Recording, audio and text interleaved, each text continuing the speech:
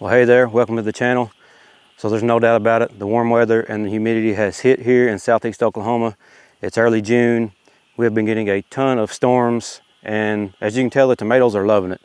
This is perfect growing weather, but unfortunately it's also the prime environment for diseases to pop up. So that's why in today's video, I want to give you 5 steps on how to keep your tomatoes disease free. Now the first few things I'm going to go over do take a little bit of prior planning, but put this in your notebook for next year and try to implement these ideas. But I'm also going to give you a few things that you can start doing right now to hopefully help keep your tomatoes as disease-free as possible. And be sure and stay to the end because I'm going to give you a couple of quick tips I know will be handy for you. So let's get started. So step number 1 is to select the ideal variety for your environment and your location. Now this does take some prior planning. If you already have plants in the ground, that's okay. Just do the best you can with them. And then before you put plants in the ground next year, try to search out some varieties that will work better in your location. A couple of good sources for this are local gardeners and farmers that have been gardening for a long time. They can give you some hints on some good varieties, and there are hundreds of different varieties out there, so they can help you kind of narrow those choices down. And another source is your local ag extension office.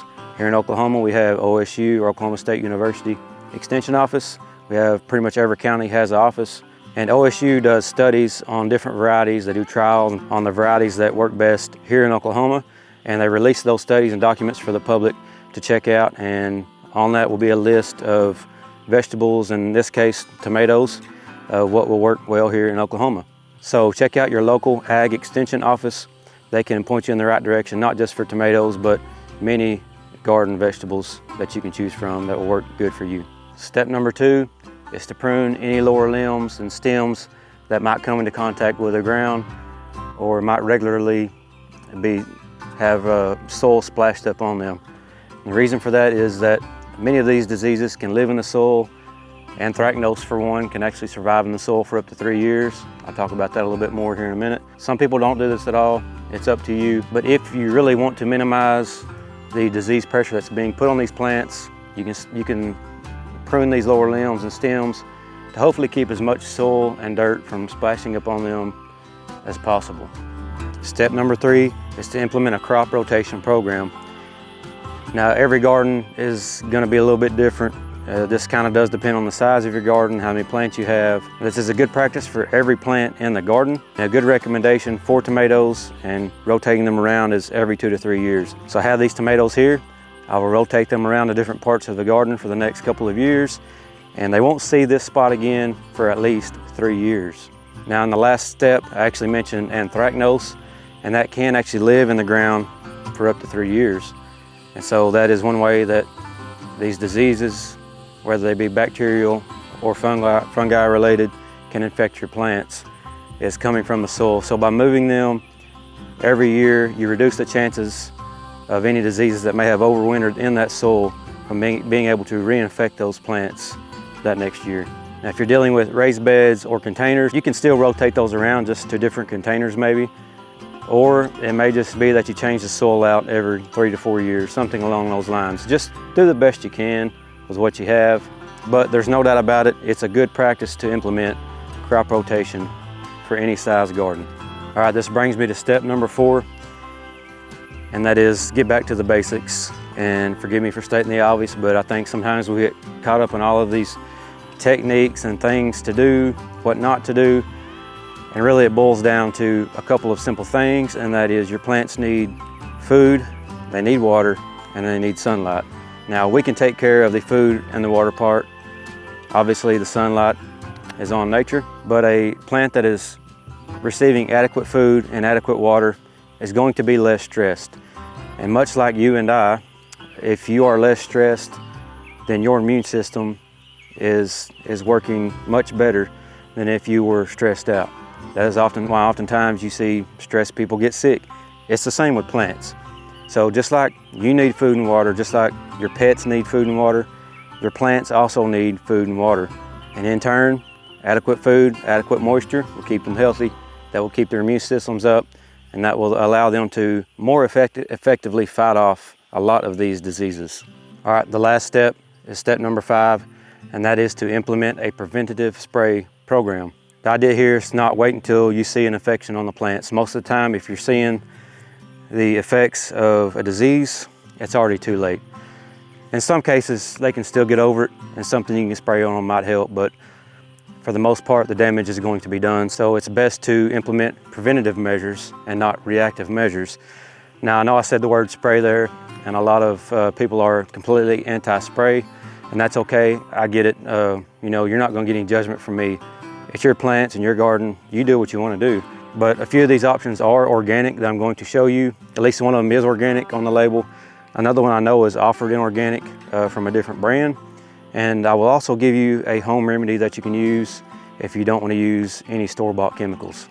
So first, I want to give you the home remedy, and that is simply baking soda. 1 tablespoon of baking soda to 1 gallon of water. You spray that on your plant leaves. It coats the leaves, actually changes the pH of the top of the leaf, puts a coating on the leaf. Now, the only bad part about this is baking soda is a salt, so you can potentially damage your plants. I would say maybe every 7 days you'll be safe. Just wet the leaves really good, you know, and just don't overdo it. However, because that mixture can potentially damage the leaves of the plant, I choose not to use the baking soda method. So here's a list of the 4 products that I recommend, the rates on how many ounces per gallon to use them, and also a couple of the diseases that they are effective against. So the first one is complete disease control. This particular one is by Monterey, and this is a biofungicide, bactericide. It is effective on several different fungal related diseases as well as bacterial diseases. My favorite way to use this is actually a drench down at the root zone, because this is a naturally occurring bacteria. It's, like I said, it's natural, it's safe. You really can't spray this too much, but this will colonize the roots of your plants and protect those roots from invading fungal and other harmful bacterial diseases. This one is organic. Like I said, spray it around the roots as a drench. You can spray it on the leaves also. I do that sometimes, but you can spray this every 7 days. You can spray it multiple times a week, really, if you wanted to, and it's not going to hurt anything. But I like to spray this in addition to the program that I'm going to give you here in just a second. Complete disease control can be sprayed at a 1/2 ounce per gallon, and it is effective on bacterial leaf spot diseases and also is labeled to protect against anthracnose. The next product is a product made by High Yield, and it is straight up a fungicide. This is their vegetable, flower, fruit, and ornamental fungicide. Chlorothalonil is the active ingredient. This has been around for a very, very long time, and it is, you know, very effective on fungal diseases. It's going to be effective on your early and late blights, your leaf spot, bacterial leaf spot diseases, and anthracnose, and an effective rate for this High Yield is 1 ounce per gallon. The next product is Liquid Cop. Now this one happens to be from Monterey, but there are other brands out there, and I have seen this in other brands listed as organic. There are different forms of it that exist depending on the brand. This one happens to be copper diammonia diacetate complex, and yeah, it's just a natural fungicide. Now, since this does contain copper, there are some concerns from some folks about loading your soil with too much copper. But honestly, if you use this at the recommended rate, you're going to be fine. Even better, if you use the spray program that I'm going to give you here in a few minutes, then there's virtually no worries with loading your soil with too much copper. Liquid Cop is going to be good for bacterial speck, bacterial spot, early and late blight, and also anthracnose.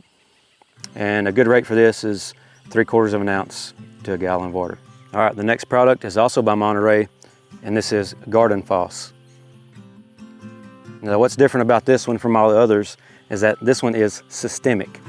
And essentially what that means is that this is able to be absorbed into the cell walls of the plant, the actual individual cell walls to be used. It can be translocated to different parts of the plant to be used as needed. And because it is systemic, even if you have a plant that is already affected by a disease, this is one of the few products that can actually work and begin to work within the walls of the plant, within the plant itself, to help fight that disease. And that is one reason why I really like this one, and I try to include this in my program when possible. Garden Foss is going to be best for late blight, but is also effective on a lot of different bacterial diseases, too many really to list. But another area where I think this is really useful is I see a lot of folks have problems with They're transplants developing damping off disease or root rot, and this is one of the few products that you can use that is effective for fighting damping off and root rot, especially on your transplants. A good rate for this is going to be 1 ounce per gallon. So let's talk real quick about the spray schedule, because I think it is really important. It will go a long way to helping you fight diseases on your tomato plants. So I mentioned the Monterey Complete Disease Control. You can spray this every 7 days, no matter what.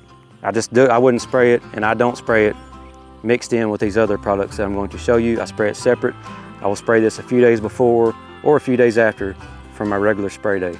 So now we have the other 3 products that I showed you, the Liquid Cop, the Garden Phos, and the chlorothalonil fungicide. So pick one of these to start with. It doesn't really matter, and pick a day. Let's just say Monday. That's an easy day to remember. It's the first of the week. Let's just start with Liquid Cop.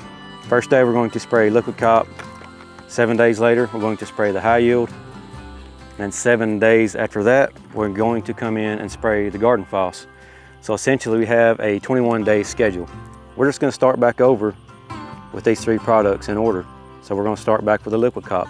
And just repeat that as long as you want to, as long as the tomatoes are producing and you want to keep them disease free. So what I like about this program here is that all of these products are labeled to be sprayed every 7 days, especially during peak disease season. But we're actually extending that out because you're only spraying this product every 21 days. So you really reduce the risk of overusing any one product. Even though all of these products have some overlap, they also have a few different things that they protect for or protect against that the other ones don't. So you're really getting a broad spectrum of protection here by using these 3 different products and rotating them every 7 days, spraying a different one on a 21-day schedule. And that is really going to be a big help fighting all of the different bacterial and fungal diseases that are out here trying to attack your tomato plants. All right, it's time to jump into those bonus tips I promised you, but before I do that, I just want to take a second to say thanks for checking out the video. Thanks for watching if you made it this far. If you've enjoyed this video so far, if you gained some value from it, do me a favor and click that like button. Leave a comment down below on what your techniques are or any products that you use to help fight diseases on your tomatoes. Share this video out with someone that may find this information helpful, and consider subscribing to the channel so you don't miss future videos. Let's get to those bonus tips. So the first tip I want to give you is really just a good practice and a good habit to use whenever you're spraying anything in the garden, and that is to spray late in the evening when all of the bees and the other pollinators aren't active. Because even though we aren't spraying insecticide, you never know when some of these products might have an inverse or adverse reaction to some of the other pollinators that we have, like bees and things like that. So that's one reason. The second reason to spray in the evening is because if you spray with the sun up high and those UV rays are at their most intense level of the day, you spray a film of water over the top of your leaves that acts as a magnifying glass and really enhances those UV rays on your leaves, and you can damage your plants by doing that. So it's just the best practice overall to spray in the evening to help protect your pollinators and to help protect your plants from being sunburnt or sun scalded. All right, the second bonus tip is to label your spray bottles and also your product bottles. And what I mean by that is label your sprayers.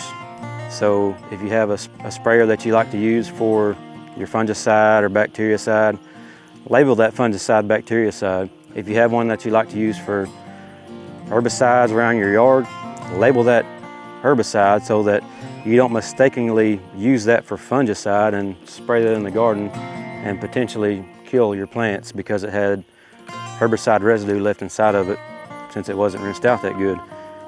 It has happened. I've seen it happen. So just label your sprayers just to be safe. Another thing I like to label is the products. So I grabbed this bottle of Garden Phos, if I can get it to focus here.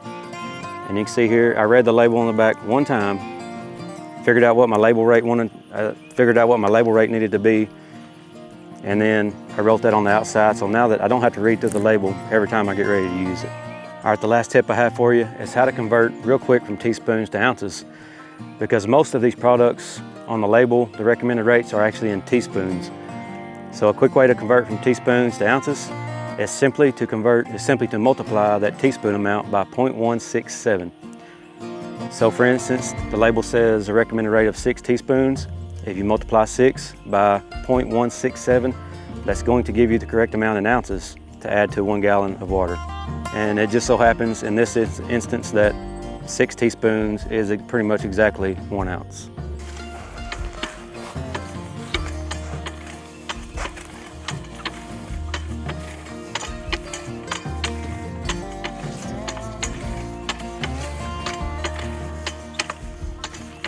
All right, that's it for this video. Hopefully you gained some good information out of this one that will help you keep your tomatoes as disease-free as possible. And if you enjoyed this one, here's some other videos that you also might enjoy. Thanks for watching. We'll see you on the next.